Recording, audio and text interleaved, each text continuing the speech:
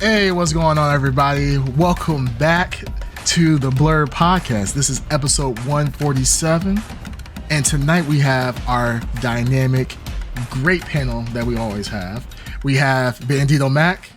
That's right. We in here. Yep. We have Darkside. Mm-hmm. Yo. We have Green Tuner. Hello. And myself, best in the world, main character, Bay. Creamcast, the creamiest of the casting. Main character, baby. Main character, baby. Yeah, I mean, at this point, you are the man. You've said that more times than anyone else. Mm-hmm. It's true. Baby, you know. So mm-hmm. I think so. For like eminent domain or whatever, some legal beans. Yeah, I think basically you now own that moniker. God wanted you to own it. Certain people have given it up at this point. You were freed by God. Yes, there were some imitations that were claiming the main character, but clearly a side character. There's legal precedent here for you to absorb that identity. Mm-hmm. I think it's legal, is what we're saying. It's legal. I did contact my lawyers. I did reach out to them. I did let them know that, hey, I am the main character, and they, pretty much it was written out, and it's pretty much a law at this point. It got passed, went through Congress and everything, that I am in fact the main character of the Blrd podcast. Because one, Darkside, I'm glad that you said it. I have said it more times than anybody on this podcast. Bandito Mac, I thank you for saying that, because there were some imitators out there who tried to be, the main character. Obviously, that's not the case. Green Tuner, just thank you for just being here. I don't know what you said, but I agree with it 100%. But yes, I am. don't even remember what I said. Yeah. I am the main character. We do have another person that was past tense part of this podcast. Unfortunately, he's out. Where's Jake? Where's Jake these days? Where is he?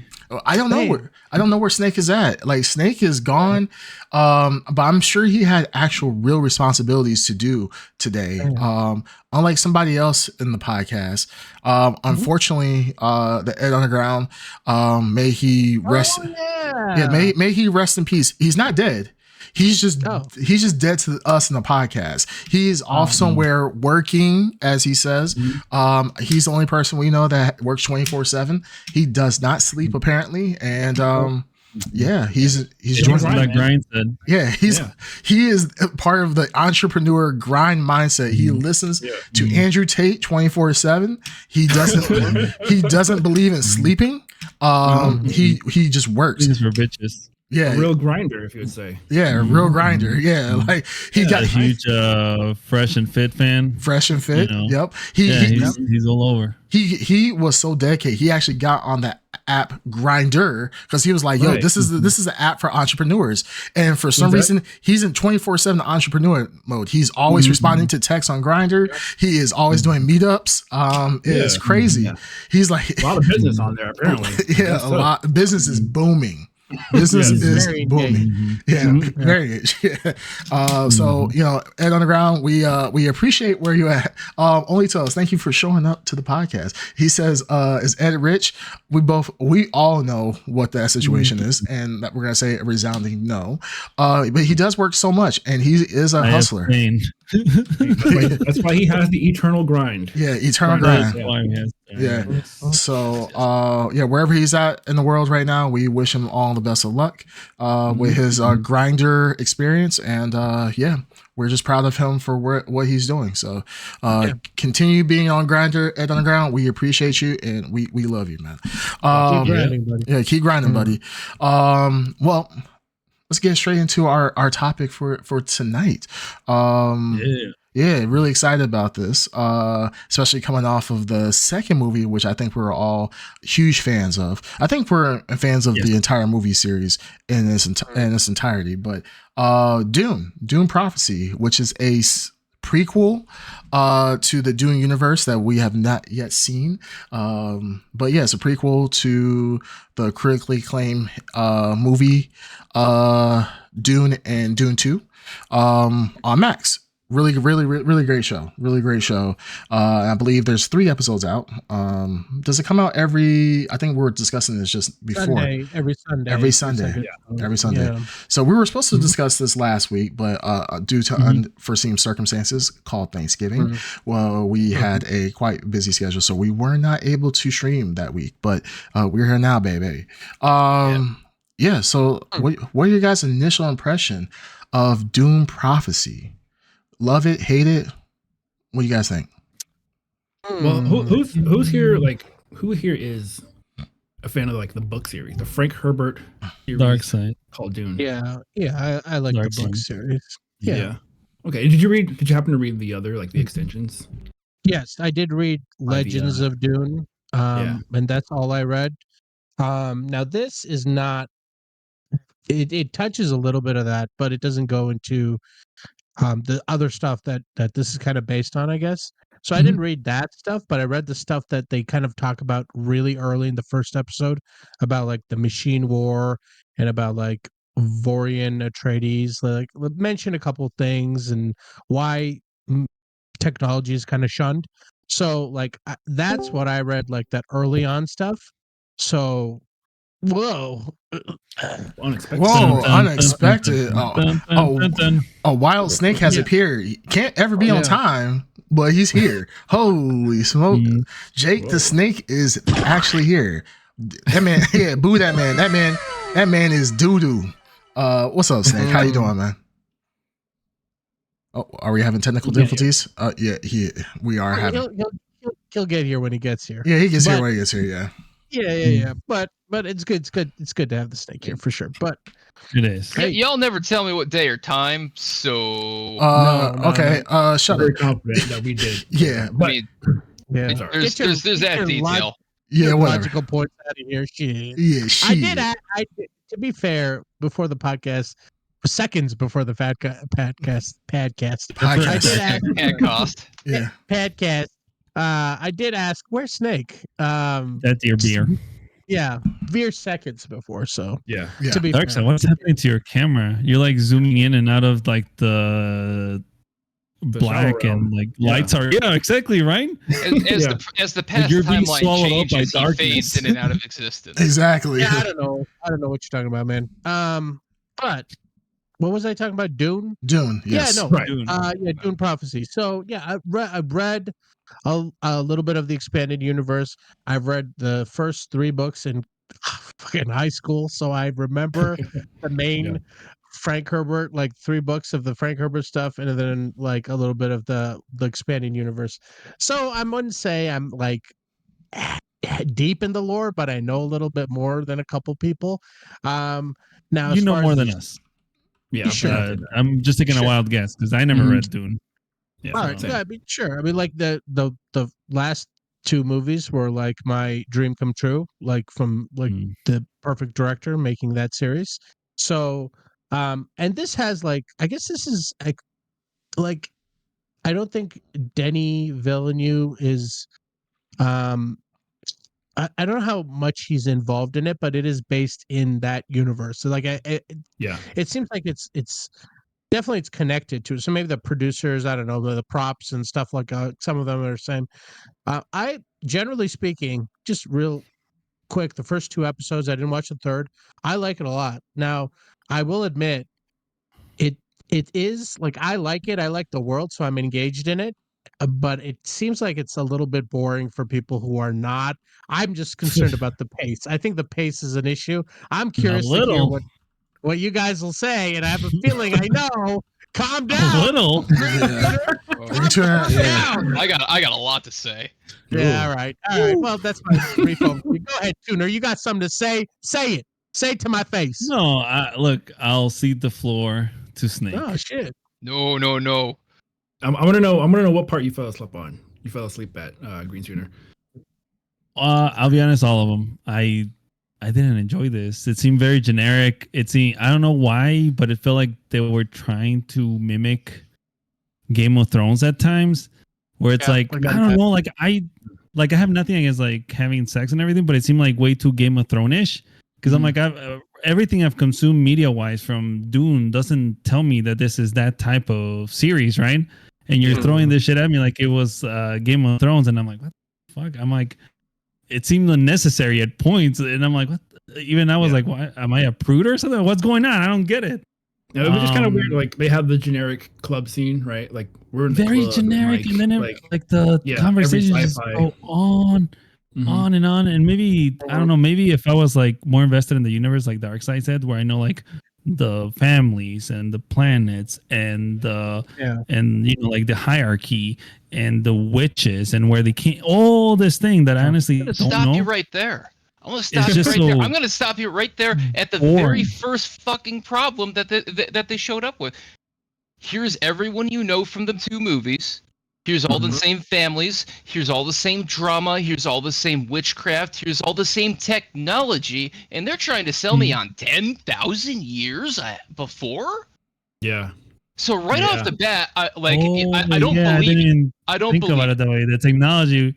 No, but isn't that on purpose, right? Don't they 10,000 limit years, technology, dude. Darkseid? Yeah, they're it's limited on purpose, right? It's like they've slowed down tech because they've shunned like technology and progress. So there's like stuff in the future that they'll have like I'm gonna butcher some of this stuff here, like the mentats and all this other stuff, and like thinking human beings who are like computers. Like it seems like they don't have some of those things, or they're establishing some of those things. So yeah, as far as technology goes, like I don't think there's been a huge like upgrade in technology. Like it's usually it's like the same technology across the board. It's the human, it's the like biological evolution that occurs further into the future. So I mean, you bring up a good point. The 10,000 years. I mean, it's a good. Dune has that. Like it makes wild like jumps across in space and time, and like I agree with you. I agree with you. It like some of the things don't hit. I agree with Snake that again we're visiting these same names and families. It's like the fucking Starks and the Winterfells and the Targaryens. Yeah, I mean, these are the hits. They're gonna play the hits and the Atreides and stuff like that. There are a lot of great houses, and it would have been cool to see some of these other, the diversity of what the universe could look like. It does seem very TV showish, you know what I mean? Like in terms of like clothes sets, very like soap opera themes. And it almost felt Star Wars at times. Oh my god, the club scene! You guys nailed the club scene. That is the least Dune thing. Yeah, that's the most really out of place. It's very out of place. It felt like the episode 2 Death Sticks, the Star Wars, where like it just doesn't make it doesn't fit. It's just I get it. I get where you're going, but it's very weird. It's like a Naboo like bar scene or something like that, and then you just spec out. It didn't feel organic. I would say that whole bar scene felt kind of forced. Like, ooh, we could be this universe can be edgy. Yeah, we do. Like in the Dune movies, we go really big into like religion and prophecy. And this one, we want to show that we can have fun too. It's like it felt very drugs and sex and sex and drugs. Hell yeah, you guys want to see some titties? Like that's what it felt like. I mean, they do have the novels have like a lot of. They have weird sex and weird. Yes. They have crazy shit happening in the novels, but this the movies have it too. But watered down version of it. I was gonna say the movies are at least a little more artistic or a little more artistic about it. Purposeful with the movies. Yeah. When it comes to like the nudity and the sex, let's say when they have like the Harkonnens, how they mix violence, death, and sex, right? That's their thing. They mix all three. But they show it in a very artistic way. We're like, okay, yeah, I get it. They have sex, they kill, and then they cannibalize each other, right? But in this one, it did seem a little more like just let's get that hard R, rating. Let's make sure we do TVMA or whatever it is. Yeah. Yeah. No, that's why I felt with like I don't mind the pacing. So for me personally, the pacing's not horrible. I do like the fact that we're going a little bit further into the Bene Gesserit, going into their order and kind of understanding of how they progress. It is kind of weird though that like I do agree. Like it's such a weird area to be in with like with the Harkonnens and the Atreides. It's almost like it doesn't really give a good reason of why they're beefing. I would have rather have had them talk more about how, or go into more of why they started beefing. It's just kind of a guy got thrown into it, and it's like, oh, we hate each other, so we're just killing each other, but it doesn't give you purpose. It feels a little shallow, a little bit, over the character's motivations. I have watched all 3 episodes that are out, so I don't necessarily feel compelled one way or the other for any real character in the series thus far. Now, granted, we are on the 3rd episode, so we still have time to build this world up and so forth. But it just doesn't feel like the credibility of their motives doesn't feel real. It feels almost shallow and almost cartoonish at certain points. I would say the show is beautifully shot. This does feel like a Max show.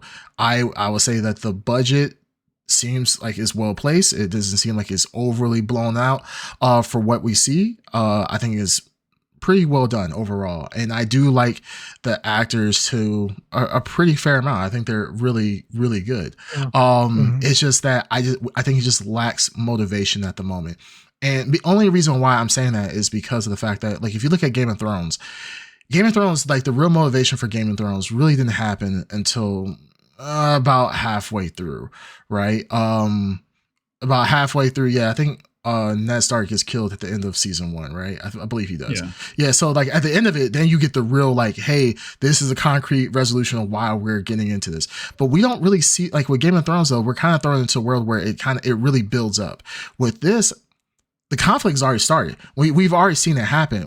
Only thing we kind of know is that they're killing each other. We don't really know a really good motivation of why they're killing each other. So we're kind of getting thrown into this without any type of buildup like Game of Thrones does. And I think that's what is kind of missing. And I think that's why people are upset. Like, this is Game of Thrones light as opposed to, and it's trying to shoot for Game of Thrones, but it just doesn't have the same gravity like Game of Thrones did.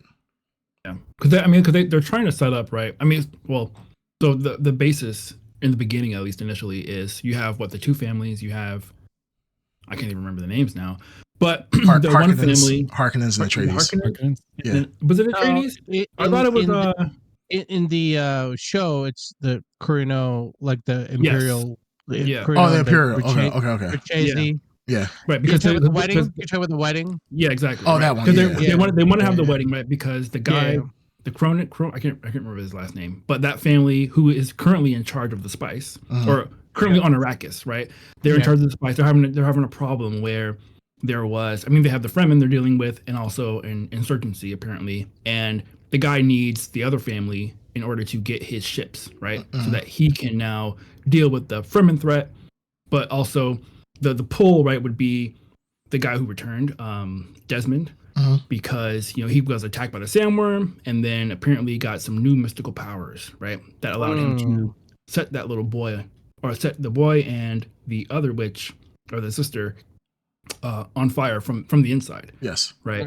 So, like, I feel like that it's sort of interesting, but I don't know. But for me personally, it was just like, I mean, we kind of know in the end, right, that the Bene Gesserit will succeed in whatever their plan is, like, because they continue to exist, right, in the future. So I don't know how intriguing it is yet, just because of that. I mean, we can still make a story, I'm guessing, just trying to see like how that unfolds, but it's not exactly, at least for me, it's not like super compelling, just because it's like, who is this guy? Like, and it's such a strange, almost like supernatural, which is weird to say for this sort of universe, because there's a lot of things that seem like they appear supernatural, but usually they typically have an explanation for. Yes. But here, it's just straight up like, he, from what we saw, right, he was swallowed by the worm and then somehow survived it, and then now can set people on fire somehow with his mind. So it's like, is it some sort of technology that he has, or where does this come from? But yeah, I don't, other than that, it's just, I don't really have a huge affinity for the Dune lore itself, because like I feel like I would be more interested in understanding like how these families sort of came to be, or how the Bene Gesserit sort of came to be, because like we had the one scene where the not the mother but the Harkonnen lady, where she starts using the voice on people, and then how that not working. I would love to know more about how that shit works, and like where does that come from, which maybe explained in other books or something, but they do. But they do this thing where they're guilty of, and I don't know how else to do it. Maybe it was the right thing to do, but they do this like super quick exposition in the first 5 minutes of the first episode, and they do dump a lot of stuff on people. So that was a little concerning to see that, because I was like, okay, clearly they're just trying to jump to a point in time to tell a story, right? But how much primer are they giving people in a universe that people just have these two movies? Most of the people have two movies exposure. Right. So that, I mean, we have yet to see how they do it. But I mean, going back to like the Game of Thrones comparison, I could see, because unlike how Game of Thrones, there was a lot of lore, but in first season 1, you didn't know a lot about the wall. You didn't know a lot about like the what's beyond the wall and the dragons. You didn't know any of that shit. What the end game looks like, none of that shit was in the first season. The first season was built on high fucking drama and like backstabbing and twists and fun shit. You know what I mean? Yes. They didn't need all that extra shit. So if I don't, they're not doing good. I know it sure seems like that's their plan here, to start with this like political spy, deceptive royal drama kind of situation. It's just not that interesting yet. You know what I mean? Yeah. Like, it definitely feels like that's what they're trying to do. They do have this lore, and they want to have their cake and eat it too, where they want to have this kick-ass lore, but they also want to like slow drip certain things and let these drama like try to capture the audience. And I think that's just not hitting great. The characters are interesting to me, but I think the motivation, some of them, I'm not invested in some of them as much as I guess they should be. And again, I'm only 2 episodes in, and you guys are 3 episodes in, and I don't know how, is this a 6 or 8 episode 10? I don't know what this is. I'd have to look it up real quick. I don't know. I'm 2 episodes in, and I feel like everybody's one-dimensional. Like I barely made it through the first 5 or 10 minutes of the first episode with the exposition dump, and then they dropped me straight into characters where, like, I'm not kidding. The whole first episode, that guy's wishy-washy. These two are fucking. That guy's dead. And like I called every shot, and I'm like, man, I don't know. That's it looks good. It sounds good. I like the actors. I hate the fact that all the actors are like 9 out of 10, 10 out of 10 fucking gorgeous, because that's tearing me out of my immersion. But that may be a me problem, I guess. But like, man, like, no, it's all kind of the plot points. What predictable. And to go back to Game of Thrones, every time and you know, they had good source material to draw off of, because the first season was the first book, but like they had a lot of character, and every time things might slow down in one area, they had other characters they could pivot onto. Like, sure, okay, we need to come back to this at a later point. Here's the new guy, and we are really, really isolated with this. With this, I feel like there isn't like a character kind of like the Baron Harkonnen from the other movie, or like his son. Like, I don't feel like there's any character like that who you're really drawn to, or like very interested in like what the fuck's going on with this person, like what's their motivation. Yeah, they're all kind of the same. They're not really like, there's no standout. You're right. They're trying to let it develop itself organically, but there's not a lot of hook in there's no like and I want this to succeed, but like, if episode 3 doesn't get me, I'm putting it down. Well, episode 3, to be fair, episode 3 does get a little better, but it still has a problem with the shallowness. I think it's a weird, like, it's like, I agree with everything that Snake is saying. It's weird because it's a good episode. Like I said, I feel like this show, for the most part, shot for like shot for shot, the show is a beautiful show. Like I said, beautiful. It's a beautiful show. I think the set pieces are nice. Everything's nice. Is very close, but I think it's nice for what they do. And they pack, and I'm same there. Same. I'm right there with Snake. I love these. I love the actors. Like the actors are great, and what makes it a little hard is that they're good. All of them are good. I haven't seen one actor I'm just like, oh god, like I can't stand this person. But it's just like there's nothing to really draw you to that. There's no polarizing characters. And the one person that I feel like is the least polarizing is the main Atreides guy, the guy that's in charge of Essen. Which one? The Swordmaster? He's an Atreides, right? Yeah. Swordmaster's Atreides is boring as hell. Boring. Absolutely boring. Super boring. And I'm just like, I rolled my eyes when they introduced him. Yeah, when you find out, like spoilers for, I think you find out at the end of episode 2, but in episode 3, you see that he's like the big traitor. He's betraying the Atreides behind their back. He's pretty much trying to. It seems like he wants to be that Atreides. Well, I guess he is betraying. He's betraying. He is Atreides, but he seems like he's trying to betray the guy that's in charge, so that possibly he could be the leader of the Atreides clan, and then he can get the daughter, and then they could probably rule together or whatever else. It didn't feel like, oh my goodness, like that was such a great backstab. Like that, there wasn't like a, oh my goodness, like it really got me type of situation. Well, I think in episode 2, like they talked about like because he's part of the insurgency, right? Like he's part of the insurgency. And then, the girl at the bar and there's the other guy. There's a third guy. But they're all part of like the backstab, the traitors of the. Yeah, it doesn't feel real. Like that's the thing. Like Game of Thrones did so much better. And to be fair, like Snake said, and as Darkside said, they have a lot of source material for Game of Thrones. Here they have source material, maybe not as fleshed out as they can't talk to what's his name, Herbert, whatever. Like they could talk to George R.R. Martin. Like there's a disconnect. I think they have his son. His son, they could do it, talk to him, but that's about the most they could do. Yeah, it's like I think that's not what happened. Yeah, and I think the son. Yeah, the son. I think the son pretty much disavows. I think the son disavows. No, he doesn't disavow. I mean, he's expanded more into. Oh, he did. He did write all the 3 books, right? Did he write? Yeah. My bad.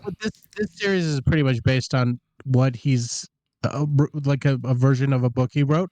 But they're combining things from Frank Herbert's lore and his lore, and they're trying to like it's all supposed to be one, but what I was just thinking is, and I think again going back off what Snake said about season 1 of Game of Thrones is they had when stuff got like they didn't want to talk about certain things or they were trying to back away from certain reveals, they relied a lot on the characters, right? And you had like you don't have a Tyrion Lannister. You don't have this explosive, talented, out of nowhere actor doing a performance that you cannot get enough of. Like, remember when you watched that season 1 of Tyrion Lannister doing things, and it was so fun, very engaging. Right? Every episode with this guy in it. Like, what's Tyrion doing? Every time it flashed to Tyrion, it was fun. Every time it flashed to Jaime, it was fun. Every time it flashed to Cersei, Ned, it was different. Like each character, like. And it's like reading the book too. When you read the Game of Thrones books, you're like, oh, you're so invested in this. Like how the books are is like each chapter is one character's POV. So like when you're reading like a Tyrion chapter and you're real like into it, then it ends in a cool way, and you're like, damn. And then he gets into another character, and you're invested in that character. It felt like a book come alive. A book came alive in Game of Thrones. And it's the characters were that good in Game of Thrones, and like they really like sometimes overpowered the plot, you know what I mean? Like they're just presence. And that's what this show is missing. This feels like all plot and doesn't have those banger characters to carry it. Like, I mean, so I hear you guys. I love the lore, but like, right off the bat, I was concerned about the pacing and that like it's just not doing enough. Like I'm invested in it, but I'm surprised. Like Green Tuner is exactly where I knew he would be, and probably Snake is exactly where I knew he'd be. I want it to be good. I want so much more. I like the movies. The movies they're on my top. I have them like a 9 and 10. I love the movies. It's just this show is not. I'm sorry, man. It's just not. It's not the same caliber. When you compare it to the movies, which obviously we're all gonna do because that's the last piece of media we consumed, it just doesn't even hold a candle next to it. So, I mean, I don't know. I'm just gonna say it, and I know that none of us are gonna do it, but like, to be fair, comparing it to the movies isn't fair. Comparing it to Game of Thrones isn't fair. I know that it's sort of made to look like here's a Dune show for people who like Game of Thrones, and here's more Dune stuff for people like the movies. But to compare this to those two things isn't totally fair to this, because it's not those things, and it's never gonna be those things. It's not trying to be those things. It's trying to draw those people from those. I feel like I wonder how much.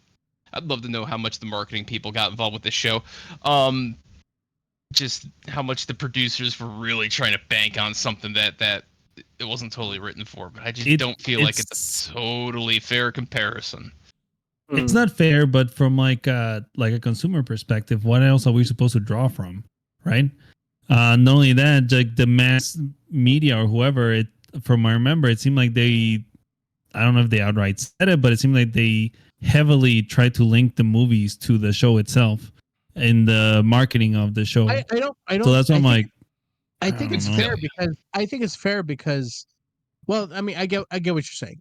In a way, they are using the only successful blueprint that they have, and it's very obvious it's Game of Thrones. You know what I mean? yeah. Like, you're watching it, you can tell what they're trying to do, and I want them to do their own thing, and I'm okay with, like, same with video games. I've always said this. If it's certain models of games work really well, just reskin it and do something else with it. You know what I mean? Like Arkham, the Arkham games, they kind of reskinned it, and you got the Spider-Man games. I know it's different, but like, I mean, I've said that about like Uncharted. Like, fucking reskin that thing and make it into another fun game.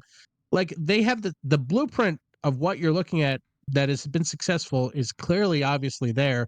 And I guess it's sci-fi and that's fantasy, but like, but you could also tell what's missing. And I know it's not a 1-to-1, but I get where they were coming. You could tell in the pitch meeting, they must have said more than once. Yeah. Because I get, like, you don't want to judge it for what it's not, right? But it's like, this is the closest thing I can kind of sort of compare it to, or at least in sort of articulating like my criticisms of it, right? Just like saying, and it seems like it's obvious to most people too, right? What we're saying right now about it being Game of Thrones is not like a unique idea to us. I'm pretty sure most people out there feel the same way, right? So it's like, how are you supposed to not compare it when everyone sees the comparison with their own eyes? Well, I'll say like or the imitation, let's say, or whatever, with their own eyes. Well, the thing is that or inspiration or whatever. I think the thing is that we do there are many great sci-fi shows that have been produced over the years that fans have very little backstory or will be just new to fans and so forth, and it has done very well. We have seen sci-fi shows that have a lot of backstory, have a lot of source material, and do very well as well. And we've seen the opposite of it doing really bad. This is, I would say, honestly, a good in between of the bad and the good, right? It can't really nail the really great ones, right? Like we say, Andor. Andor is a great example of that, right? Andor was a story that was not very well known, well told to anybody, and then it made a great series out of it. Well, first we got Rogue One, which what everybody I think was pretty much a critical hit for most Star Wars fans. And then we got Andor, the series which people absolutely loved. Then we get, the opposite side of something like The Acolyte, right? Where it's like, this is not really that good. Dune is, I think, like the perfect in between. No, yeah, I mean, Dune is, I think, the perfect in between. And I think that, honestly, like, yes, is it the Game of Thrones reference? Does it deserve that? Probably not. Game of Thrones is in a league of its own, and you can't necessarily, just because it can't match up to that league doesn't mean it's not good. It's just Game of Thrones is just what Game of Thrones was. Game of Thrones was not even supposed to be as good as it was. Let's be honest. Like, no one was surprised. Yeah, everybody was surprised. No one expected Game of Thrones to be as good and as hyped as it was.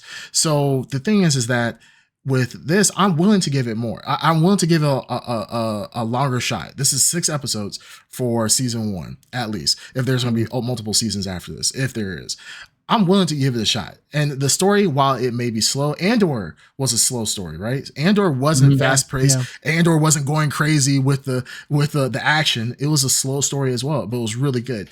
this is a slow story as well. Is it the best? No. Is the action out of this world? Absolutely not. But it does build on, it gives us more Dune. It gives us the backstory of Dune, where it's not just bloodshed. It's, hey, this is kind of how we're building the world. And this is 10,000 years, or I think it's 10,200 years before Paul Atreides. Okay, we're really trying to, they just came off 100 years ago with the Great Machine War. Now we're in this war with the Great Houses, and now we're starting to build up this suspense, more of a drama than anything else. So I'm okay with that. I'm willing to let it simmer a little bit. Now, granted, they only have 6 episodes to go, 3 more to go. So out of the 6 episodes, they don't have it's a 6-episode series. Yeah, 6-episode series. So they don't have a lot of time to ramp up. They don't have a lot of time to ramp up. Yeah, they didn't live a lot. Yeah, that's scary. Because I was going to ask about the Desmond Hart stuff. Like, how are they going to fit all that? Plus, it might be a multi-season. I think it's multi-season. It might not get resolved by season. I don't see. Well, to be fair, good point, Cream. I didn't realize this, but I'm 2 episodes in, and I have not had a legitimate action scene. Yeah, there has been no real. Everything's been in like a fight training center or an assassination. But there has not been. Yeah. I have not seen. They showed some of the machine war, like which is another thing that Game of Thrones could always draw off of, is have a freaking sword fight. Yeah. I'm not counting the machine war stuff. Which how'd you feel about that? I mean, it was very brief. I didn't like it. I didn't like it. I felt like it was trying to draw off a Terminator, and like it. And I thought it looked like crap. Yeah. Yeah. No, that's a fair point. Like, I wish it was. I wish it was more.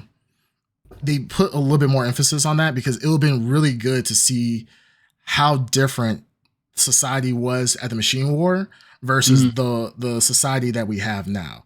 Because when you think about the technology that they have today, that we're seeing in Dune Prophecy, is the exact same showcase of technology that they have in Dune 1 and 2, which is, I think, is really cool. I really wish they would have put a little bit more emphasis on that, just to show like, hey, we were at the height of technology. We were at the height of human evolution or human civilization.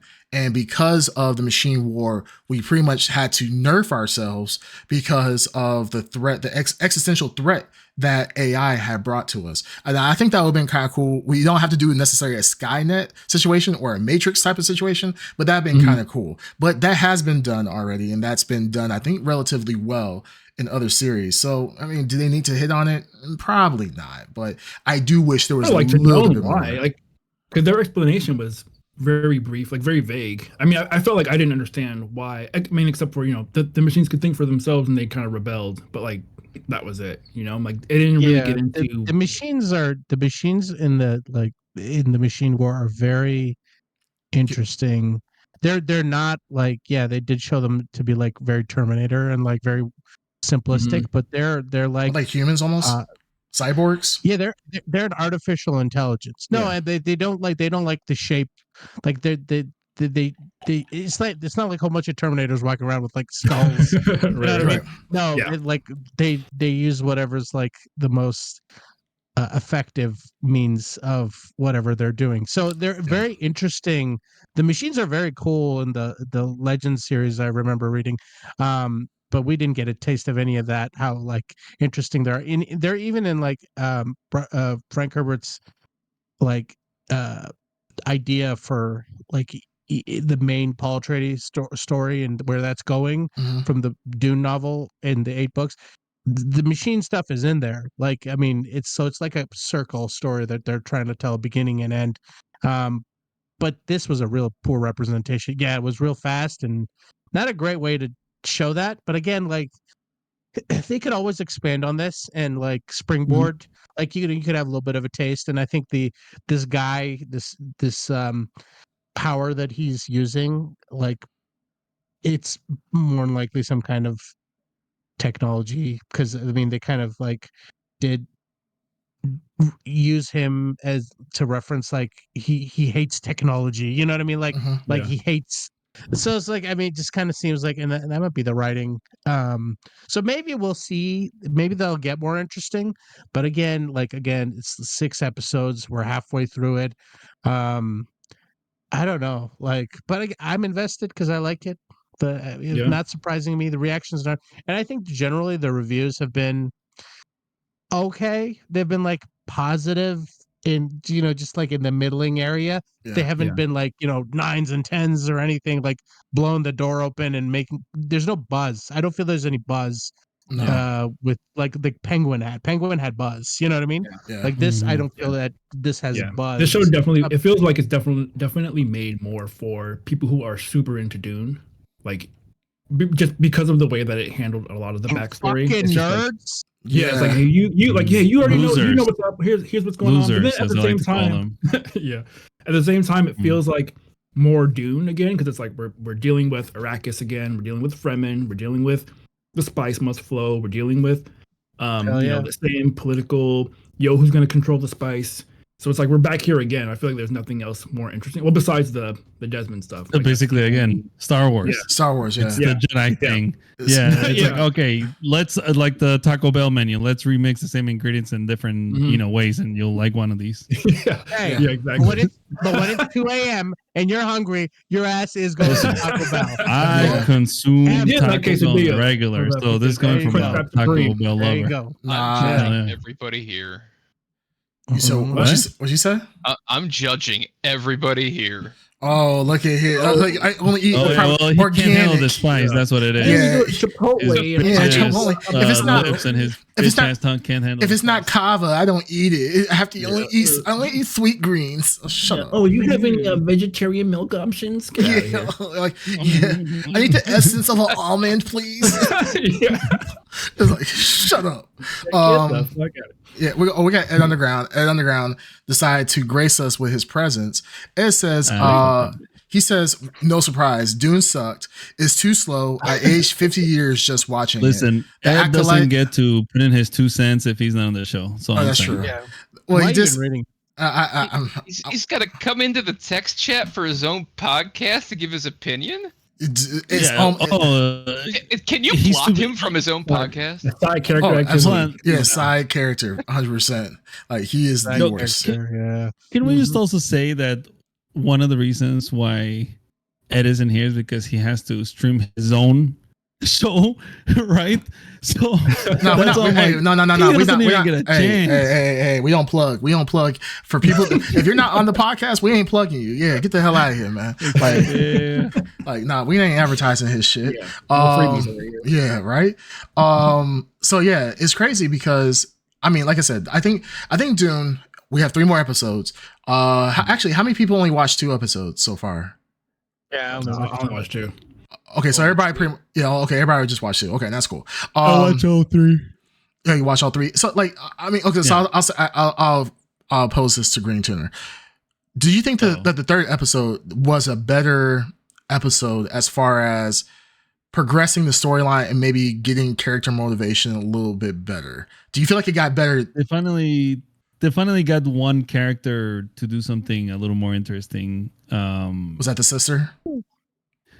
Yeah, when she had to go and I just don't want to ruin it. But anyway, it's a little more interesting than the previous 2 episodes. I'll give it to Cream. It is. It picks up a smidge. No. I'm not saying that. I think it's getting better, and it's a smidge. It's not like, don't get your expectations up thinking like, whoa, God, I just got blown away. It's the greatest thing ever. And no, it's nothing like that. It's good. It's better than the first 2, especially the first episode. I really hate it. Twist, I guess. The end of the episode. Yes, it's sort of a weird. So I don't know. It's not like a twist where you're gonna be like, I didn't see it coming. It's just like, why is this happening? Yeah, I'm really curious. It does pique my interest. The very end of episode 3, you kind of like, what is going on? Because the episode really deals with the Bene Gesserit, the main sister. Then there's the little sister that's there with her. Yeah.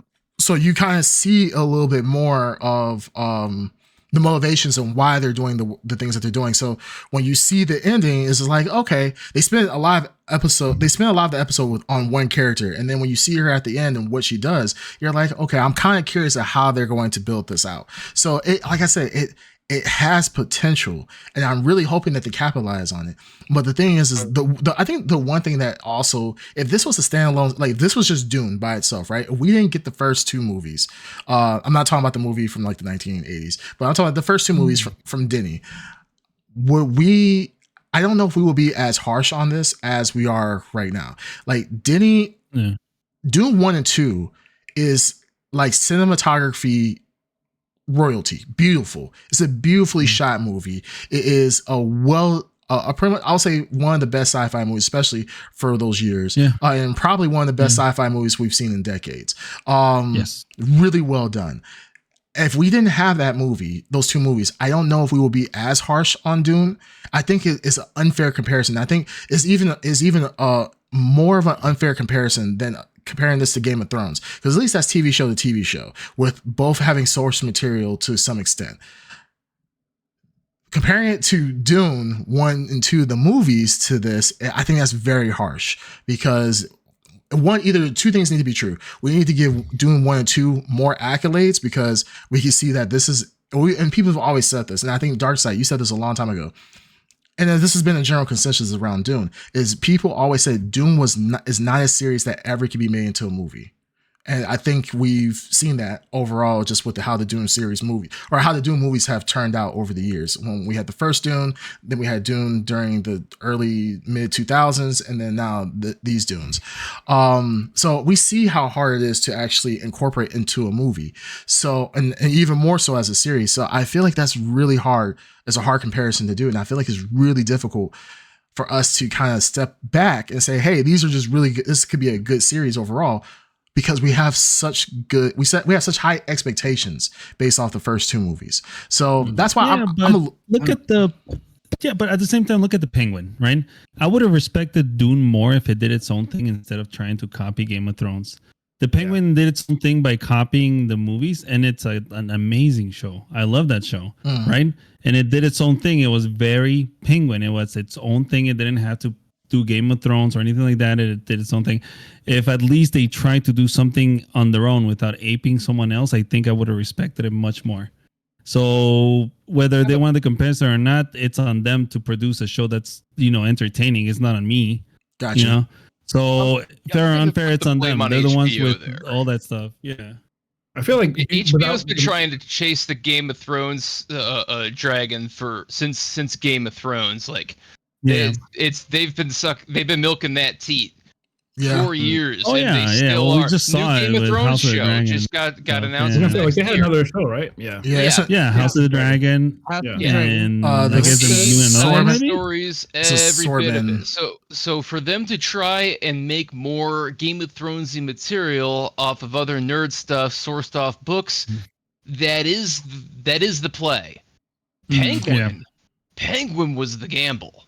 Yeah, that paid off. And that was awesome. That's what I'm saying. I would have respected Dune more, but it actually did its own thing. Yeah, but you can't blame them for chasing the moneymaker. Yeah, but at the same time, you can't blame me for not liking it and criticizing that aspect. Well, this is the formula back all over again from like the 2000s, like 2000s or early 2010s, when they were every teenage bopping sci-fi movie they were coming out with, all because of the Hunger Games, was so wildly successful. So this we might be. I totally forgot about them. So we might be in a weird Mockingbird. The Mortal Engine. I mean, I forgot about that. There's another one where Divergent, all these. Oh, Divergent, yeah. So we might be going through a weird phase right now.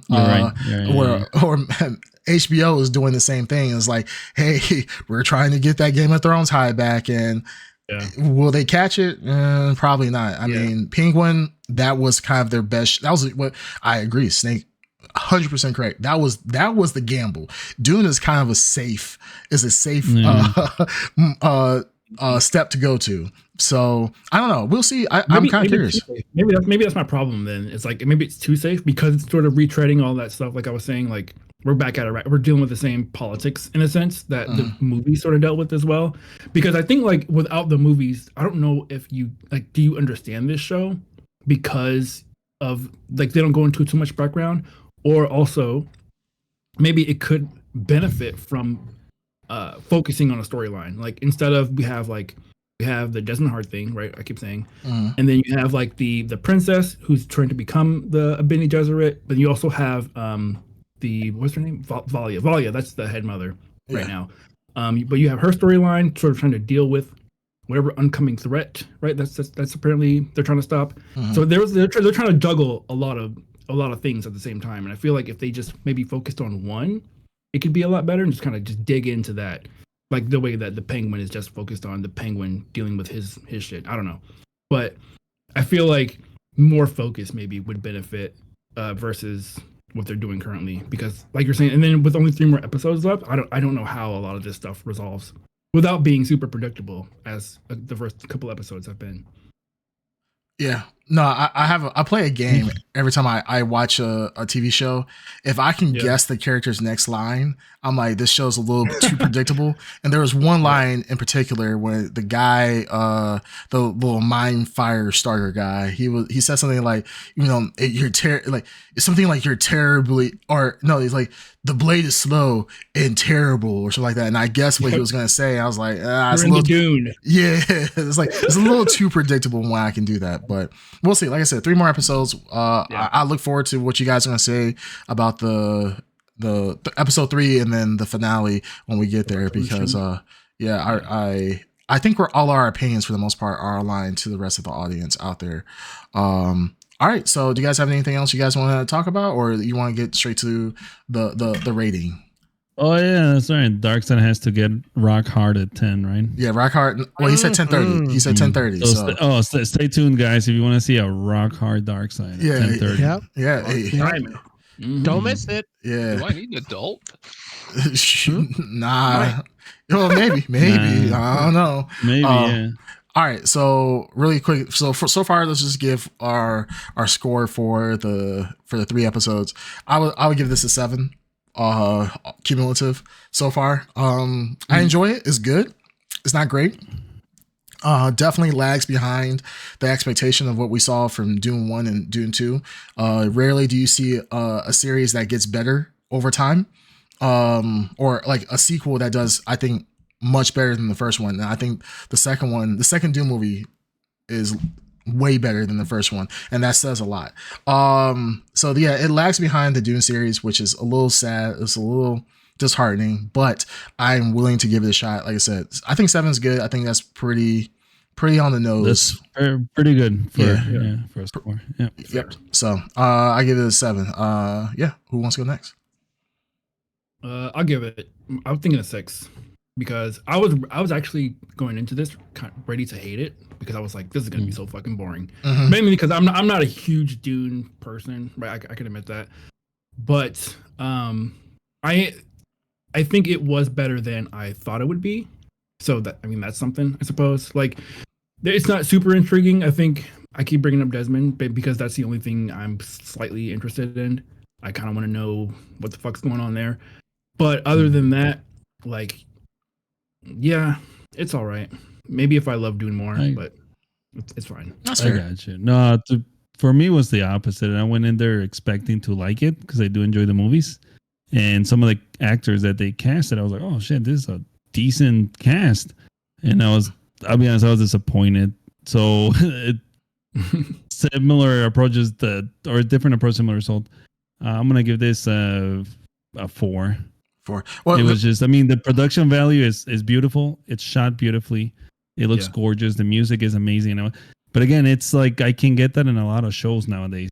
Production value doesn't always mean good. And to me, it needs to be more than just production value. You know who's really been doing good in TV shows recently? I think it's just the advent of streaming services on the internet. Germany has been putting out some bangers recently. Well, not in Germany, but other overseas, like, Americans, our shows usually go over there. But now that we're getting like some good dubs over here from other languages, there's some bangers out there. They're really like there's some really good shows out there. Yeah, I've only heard of that show called Dark. Dark, yes, Dark is really Dark good. is good. Dark, you'll love Dark. I still need to finish it, but yeah, that's an excellent show for sure. All right, Dark Side Snake, what do you guys want to rate this? I will give it a 7.5, 7.5. 7.5? Oh, that's solid. Yeah. Oh wow. Okay. Snake, what about yourself, man? This one's teetering on a 6 for me. I want to believe, but I'm not hopeful. Well, you said for the half. Yeah, I don't know. This is for just the 3 episodes. Like, what is it still teetering? Or are you saying overall? Just the first 2. First 2. Yeah. He's only watched 2. Yeah, he's only watched 2. Okay, 2. Okay. So 6. Hey, I would take a 6. 6 is honestly, pretty good. 6 is pretty good, especially from a series that we've never gotten as a TV series like this. I think that's especially not too. Hearing the review that Jake gave it, I'm surprised by the 6. There's a lot of good. There's a lot of good in the show, but like they really got us balled up in a real tight space, and I wish there was more spice in the mix here, not Dune spice. You know. Yeah. Oh, that's what you were saying. I was like, God damn, I'm a little too late. Yeah. Yeah. Snake wants that. He wants that cinnamon toast crunch level of spice. Yeah. He's that's like, what I'm talking about. Anybody still boofing spice in 24? I don't know. Yeah, right. Snake's like, yeah, I want that brown sugar goodness. It's the most direct way. You gotta boof. You gotta boof, man. If you want your eyes like blue, beer. Yeah. He was walking around with like super bright and blue eyes. Like, oh man. Yeah. I don't know. I've heard that it's the fastest way to get that high. Just bend over, get that straw ready. Yeah. Okay. Put the Adderall up there. You'll see. Yeah. Man. Yeah, right. I keep seeing eye to eye with Bandito and this stuff, but he's speaking my language now. Well, you guys will be seeing eye to eye, literally. One person's eye to another person's eye, if you know what I'm saying. We got some comments. So Rumor is talking about Darkseid being rock hard. I think he is excited for that. So Darkseid, you cannot disappoint the fans. Ed Underground, we're not going to read his comments since he's not on the pod tonight. Yeah. So Rune says, as a player of the Dune board game and an avid enjoyer of the movies, these ratings make me nervous to watch the series. Nah, don't be nervous. Watch it. No, go in with a clear mind. Yeah. Free of reviews. Try to enjoy it for your own sake. Yeah, just like in the Doom, especially if you're a fan, I would recommend it for anyone that. No. Yeah, I would definitely say if you're a fan, there's a lot of good stuff here. If you're a fan, it doesn't like throw it all away. It just it's off to a possibly a rough start, but the potential. I think we all see the potential in the series. There's potential there for sure. It's just the execution of where we're at right now, and I think we're all. It's a reflection of 2 to 3 episodes in. Stuff isn't a banger right out the gates. Stuff progressively gets better, possibly. So definitely. Well, we don't know. Maybe these last 3 ones will be like everything will be connected. And I'm like, oh fuck, I was wrong. Yeah, I don't know. A lot of stuff comes together. Yeah, definitely check it out if you're a fan. Definitely check it out. Yeah. Yeah. Honestly, I would say if you're gonna watch this, obviously, I mean, we're talking about on the podcast, right? These are our ratings, but you gotta understand, we're also some pretty harsh critics as well. Like Snake is brutal, Darkseid can be brutal, and Green Tuner is especially brutal. Myself, I'm kind of average, and I think Bandito's kind of average as well. We're a little bit more forgiving, but the fact that these people who are very harsh still gave it above board. I mean, 5 is average, and that's like, and I granted everybody says, well, 5 out of 10, that's supposed to be average. I mean, that's not how people usually grade it. We usually somehow people think that 5 is like horrible, but no, 5 is middle. Yeah. Middle. Yeah. It's not, it's not bad. Yeah, so we're using the real scale, not the IGN. Yeah, fakes. We live in the age of Uber and Amazon, where if it's not a 5 out of 5, then it's a fucking 0. Exactly. You're right. So everybody's perspective is a little bit skewed, especially on the internet. Right. But I'll say, middle of the road is middle of the road. Yeah, and I think 6 is still worth a watch. So absolutely watch it. You know, it's above average. Yeah, yeah. Watch it and come to your own conclusion. That's all we really kind of ask. Come with your own conclusion. That's what we do. So, all right. So that was our blurries. So, yeah, that's about it for our review. Does anybody have any other last words? Going on at 10 o'clock. Yeah, I guess not. Oh, yeah. Man. All right. Well, once again, that's episode 147 of the Blrd Podcast. As always, you can catch us on twitch.tv/the Blrd Podcast if you want to watch us live and talk to us directly. Also, you can catch us on all major podcasting platforms, including Apple, Spotify, any place where you can get a podcast at. And you can also watch the taping of the live show on YouTube at youtube.com/the Blrd Podcast. Please stick around. We're going to take a quick break for about a minute or two, and then we'll jump right into Blrd Extra, where we talk about the news that has happened within the past week or so. So stay tuned for that. Until next time. Yeah, Blrd After Dark. Men action. Hot men action. Yeah. We gotta, readjust some things, loosen up a little bit because, this might be a dark side, might have a little spicy side to them for the Blrd After Dark. We might get banned off Twitch. I'm just saying. Yeah, that's not guaranteed. That's a promise. Okay. That's all right. All right. Well, we'll see you guys real quick. Be right back.